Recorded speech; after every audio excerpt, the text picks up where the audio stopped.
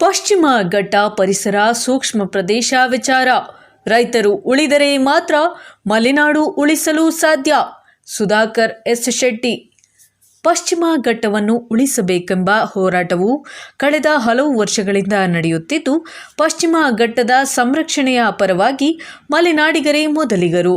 ಆದರೆ ಪರಿಸರ ಸಂರಕ್ಷಣೆಯ ಹೆಸರಿನಲ್ಲಿ ಮಲೆನಾಡಿನ ರೈತರು ಹಾಗೂ ಇಲ್ಲಿನ ಜನರ ಬದುಕಿಗೆ ತೊಂದರೆಯಾಗಬಾರದು ಎಂದು ಜೆಡಿಎಸ್ ರಾಷ್ಟ್ರೀಯ ವಕ್ತಾರ ಸುಧಾಕರ್ ಎಸ್ ಶೆಟ್ಟಿ ಆಗ್ರಹಿಸಿದ್ದಾರೆ. ಪಶ್ಚಿಮ ಘಟ್ಟ ಉಳಿಯಬೇಕಾದರೆ ಮೊದಲು ಮಲೆನಾಡಿನ ರೈತರು ಉಳಿಯಬೇಕು. ಪೀಳಿಗೆಗಳಿಂದ ಪಶ್ಚಿಮ ಘಟ್ಟವನ್ನು ಕಾಪಾಡಿಕೊಂಡು ಬಂದಿರುವ ರೈತರ ಮನೆ, ಜಮೀನು ಹಾಗೂ ಕಾನೂನುಬದ್ಧ ಹಕ್ಕುಗಳು ಕೂಡ ಸುರಕ್ಷಿತವಾಗಿರಬೇಕು ಎಂದು ಅವರು ಹೇಳಿದ್ದಾರೆ. ಕಸ್ತೂರಿ ರಂಗನ್ ವರದಿಯ ಕುರಿತು ಮಾತನಾಡಿದ ಅವರು, ಮಲೆನಾಡಿನ ವಾಸ್ತವ ಪರಿಸ್ಥಿತಿಯನ್ನ ಅರಿಯದೆ ಕೇವಲ ಸ್ಯಾಟಲೈಟ್ ಆಧಾರಿತ ಮಾಹಿತಿಯ ಮೂಲಕ ವರದಿ ಸಿದ್ಧಪಡಿಸಿರುವುದು ಹಲವು ಪ್ರಶ್ನೆಗಳನ್ನು ಹುಟ್ಟುಹಾಕಿದೆ ಎಂದು ಆರೋಪಿಸಿದರು. ಬೆಳೆಗಳ ಪರಿಚಯ ಇರಲಿಲ್ಲ, ಮಲೆನಾಡಿನಲ್ಲಿ ಜನ ವಾಸ ಮಾಡೋ ಪರಿಚಯ ಇರಲಿಲ್ಲ. ಅವರು ಸ್ಯಾಟಲೈಟ್ ಮುಖಾಂತರ ಆ ಒಂದು ಯಾವ ಮಲೆನಾಡಿನ ಸೂಕ್ಷ್ಮ ಪ್ರದೇಶಗಳನ್ನು ಗುರುತಿಸಿದೆ. ಮಲೆನಾಡಿನ ಸೂಕ್ಷ್ಮ ಪ್ರದೇಶ ಗುರುತಿಸಬೇಕಾದ್ರೆ ಅವರು ಅಧ್ಯಯನ ಮಾಡಬೇಕಿತ್ತು. ಮಲೆನಾಡಿನಲ್ಲಿ ವಾಸ ಮಾಡೋರು ಅಧ್ಯಯನ ಮಾಡಬೇಕಿತ್ತು. ನಗರ ಪ್ರದೇಶ ಎಷ್ಟು ಅಂತ ಅಧ್ಯಯನ ಮಾಡಬೇಕು.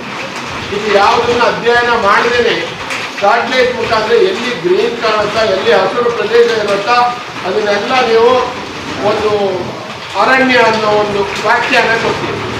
ಇನ್ನು ಚಿಕ್ಕಮಗಳೂರು ಜಿಲ್ಲೆಯಲ್ಲಿ 138 ಗ್ರಾಮಗಳು ಪರಿಸರ ಸೂಕ್ಷ್ಮ ಪ್ರದೇಶದ ವ್ಯಾಪ್ತಿಗೆ ಬರುತ್ತಿವೆ ಎನ್ನಲಾಗುತ್ತಿದ್ದು, ಶೃಂಗೇರಿ ಕ್ಷೇತ್ರವೊಂದರಲ್ಲೇ 92 ಗ್ರಾಮಗಳು ಸೇರ್ಪಡೆಯಾಗಿವೆ.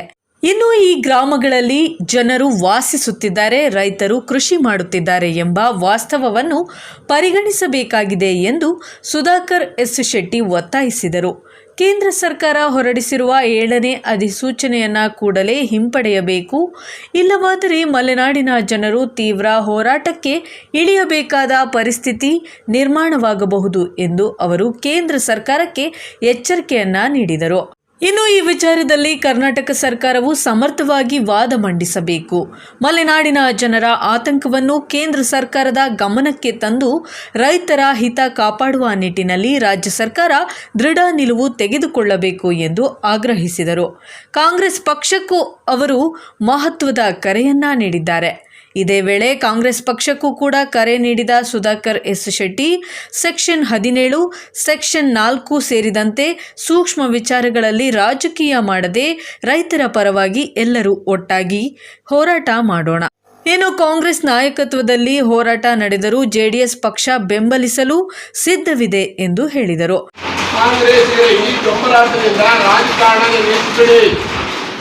ನಾವು ರೈತರ ಪರವಾಗಿ ಏಕಧ್ವನಿಯಾಗಿ ಹೋರಾಟ ಮಾಡಿ ನಿಮ್ಮ ನಾಯಕತ್ವದಲ್ಲಿ ಬರ್ತೇವೆ. ನಮಗೆ ನಾಯಕತ್ವದ ಪ್ರಶ್ನೆ ಇಲ್ಲ, ರೈತರ ಅಡಿಯುಳಿನ ಪ್ರಶ್ನೆ ಇದೆ. ಪರಿಸರ ಸಂರಕ್ಷಣೆ ಅಗತ್ಯವೇ ಸರಿ, ಆದರೆ ಪರಿಸರವನ್ನು ಉಳಿಸುವ ನೆಪದಲ್ಲಿ ಮಲೆನಾಡಿನ ಜನರ ಬದುಕು, ಮನೆ ಮಠ ಹಾಗೂ ಕೃಷಿ ಭೂಮಿಗೆ ಧಕ್ಕೆಯಾಗಬಾರದು ಎಂದು ಮಲೆನಾಡಿಗರ ಪ್ರಮುಖ ಬೇಡಿಕೆಯಾಗಿದೆ ಎಂದರು. ಇನ್ನು ಮುಂದಿನ ದಿನಗಳಲ್ಲಿ ಶೃಂಗೇರಿ ಕ್ಷೇತ್ರದ ಜನರು ಎಚ್ಚೆತ್ತುಕೊಂಡು ಹೋರಾಟದಲ್ಲಿ ಭಾಗವಹಿಸಬೇಕು. ಅಗತ್ಯವಿದ್ದರೆ ಜೆಡಿಎಸ್ ಪಕ್ಷದ ವತಿಯಿಂದ ಪಾದಯಾತ್ರೆ ಸೇರಿದಂತೆ ಇತರೆ ಹೋರಾಟಗಳನ್ನು ನಡೆಸಲು ಸಿದ್ಧವಿದ್ದೇವೆ ಎಂದು ಸುಧಾಕರ್ ಎಸ್ ಶೆಟ್ಟಿ ಘೋಷಿಸಿದರು.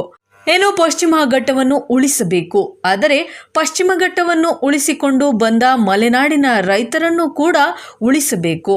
ರೈತ ಉಳಿದರೆ ಮಲೆನಾಡು ಉಳಿಯುತ್ತದೆ, ಮಲೆನಾಡು ಉಳಿದರೆ ಪಶ್ಚಿಮ ಘಟ್ಟವೂ ಕೂಡ ಉಳಿಯುತ್ತದೆ ಎಂಬ ಸಂದೇಶದೊಂದಿಗೆ ಇದೀಗ ಹೋರಾಟದ ಧ್ವನಿ ಮತ್ತಷ್ಟು ಗಟ್ಟಿಯಾಗುತ್ತಿದೆ. ಮಲೆನಾಡಿನ ಪ್ರತಿಯೊಬ್ಬ ರೈತರು ಹಾಗೂ ಸಾರ್ವಜನಿಕರು ತಮ್ಮ ಭವಿಷ್ಯದ ಬಗ್ಗೆ ಎಚ್ಚೆತ್ತುಕೊಳ್ಳಬೇಕು. ಇಲ್ಲವಾದರೆ ಮುಂದಿನ ದಿನಗಳಲ್ಲಿ ಮನೆ ಮಠ ಹಾಗೂ ಕೃಷಿ ಭೂಮಿಯ ಮೇಲೆ ಪರಿಣಾಮ ಬೀರುವ ಸಾಧ್ಯತೆ ಇದೆ ಎಂಬ ಆತಂಕವನ್ನ ವ್ಯಕ್ತಪಡಿಸಿದ್ದಾರೆ. ಜನಗಳು ಸಹ ಈ ಹೋರಾಟದ ದಿಕ್ಕಿನಲ್ಲಿ ನೀವೇನಾದರೂ ಹೆಜ್ಜೆ ಇಡದೇ ಇದ್ರೆ ನಮ್ಮ ಮನೆ ಮಠಗಳನ್ನು ಕಳ್ಕೊಳ್ತೇವೆ. ಪಶ್ಚಿಮ ಘಟ್ಟ ಸಂರಕ್ಷಣೆಯ ಜೊತೆಗೆ ಮಲೆನಾಡಿನ ಜನರ ಬದುಕು ಮತ್ತು ಹಕ್ಕುಗಳ ಸಂರಕ್ಷಣೆಗೆ ಸರ್ಕಾರಗಳು ಯಾವ ನಿರ್ಧಾರ ಕೈಗೊಳ್ಳಲಿವೆ ಎಂಬುದನ್ನು ಕಾದು ನೋಡಬೇಕಾಗಿದೆ. ನೋಡ್ತಾ ಇರಿ ವಾರ್ತಾ ಸಾರಥಿ, ಇದು ನಿಮ್ಮಿಂದ ನಿಮಗಾಗಿ.